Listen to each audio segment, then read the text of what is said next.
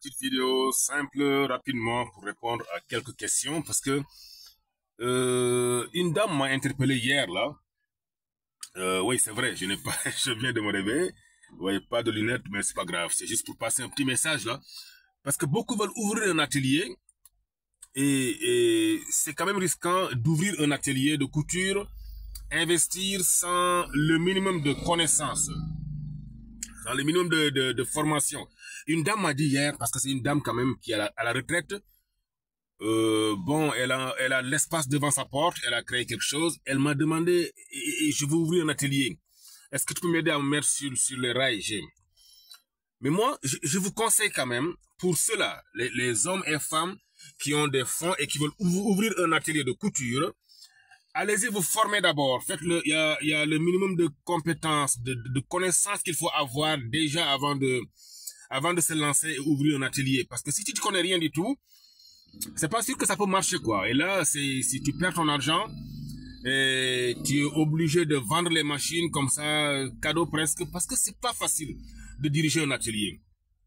Même pour ceux-là qui ont déjà fait des centres de formation, avec peut-être pas mal d'années de formation, et l'atelier existe déjà, mais souvent, c'est pas facile. Chaque jour, il faut batailler avec les employés. Avec les employés, il faut batailler.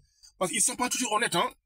Ça, je suis désolé, mais nous, les couturiers, l'honnêteté, bon, c'est pas nous seuls, quoi. C'est une question d'éducation, hein, être honnête ou pas.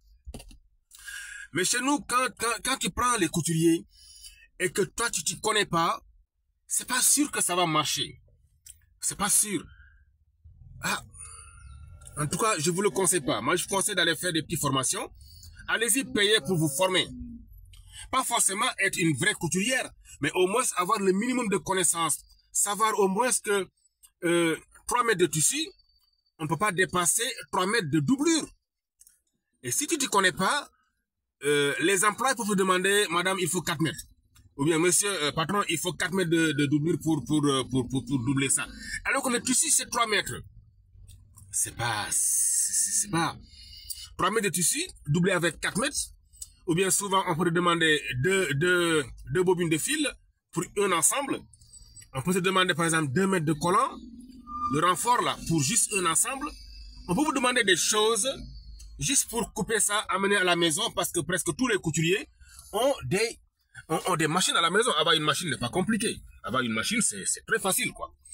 Donc, si vous voulez ouvrir un atelier de couture, allez-y vous former d'abord. C'est pas si simple que vous croyez. C'est pas seulement j'ai mes machines, je suis au bord du goudron et facilement je peux avoir des clients. Non, les clients ils viendront pas. Même si les clients viennent, beaucoup de clients, la fin du mois, regarde ta recette.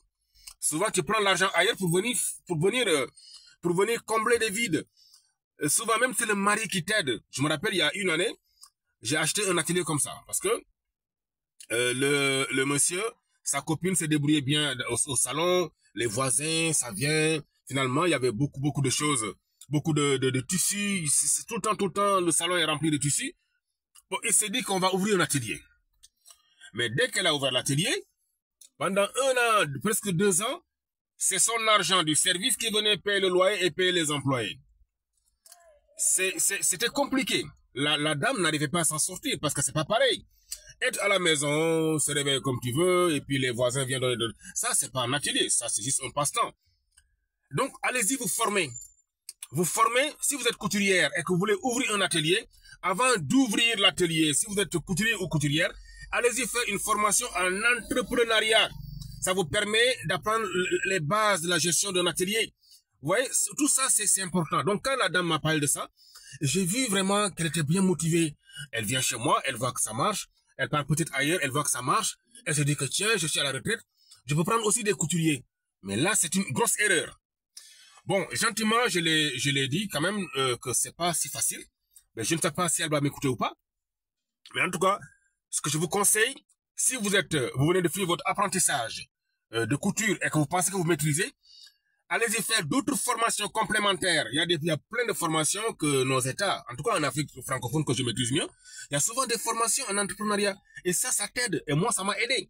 Je vous ai dit que moi, j'ai laissé 4 fois la couture. 4 fois, j'ai laissé la couture. Le travail, ça venait. j'avais beaucoup de boulot, mais je ne m'en sortais pas. Chaque fois, je tirais le diable par la queue. Je n'en sortais pas, quoi. Alors donc, je me suis dit qu'il fallait se former. Donc, leçon de ce matin, c'est d'aller vous former en entrepreneuriat ou bien aller dans des ateliers qui marchent et payer de l'argent pour que le gars vous montre comment il fait pour que ça marche, quoi. Donc, si vous êtes à Ouagadougou et que vous êtes dans ce besoin, appelle-moi au 70 18 69 28. Moi, je vais vous aider à vous montrer comment on fait pour que l'atelier marche.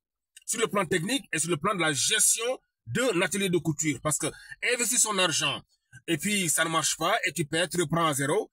Bon, c'est parce que tu t'es pas formé tout simplement. Donc la couture nourrit bel et bien son homme.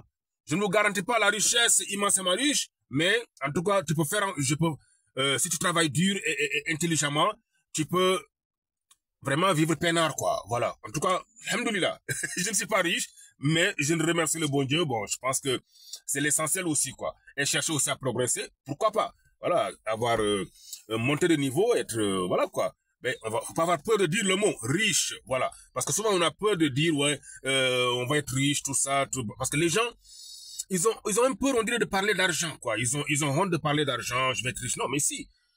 Il faut être riche, quoi. C'est important, l'argent. C'est quand même c'est intéressant d'avoir l'argent. Voilà, ça n'empêche pas de mourir ni de tomber malade, mais quand même, c'est plus agréable d'avoir de l'argent que de ne pas avoir de l'argent. Donc, cherchez à progresser en cherchant des compétences, en vous renforçant, en vous formant avant d'ouvrir un atelier de couture. Ça peut vous aider, quoi. Sinon, ça le fait pas. Hein. Si vous ouvrez comme ça, sans le minimum de formation, les gars, c'est pas évident. Vous allez vous casser la gueule et là, c'est pour après reprendre à zéro et vendre les machines. Allez, prenez bien soin de vous.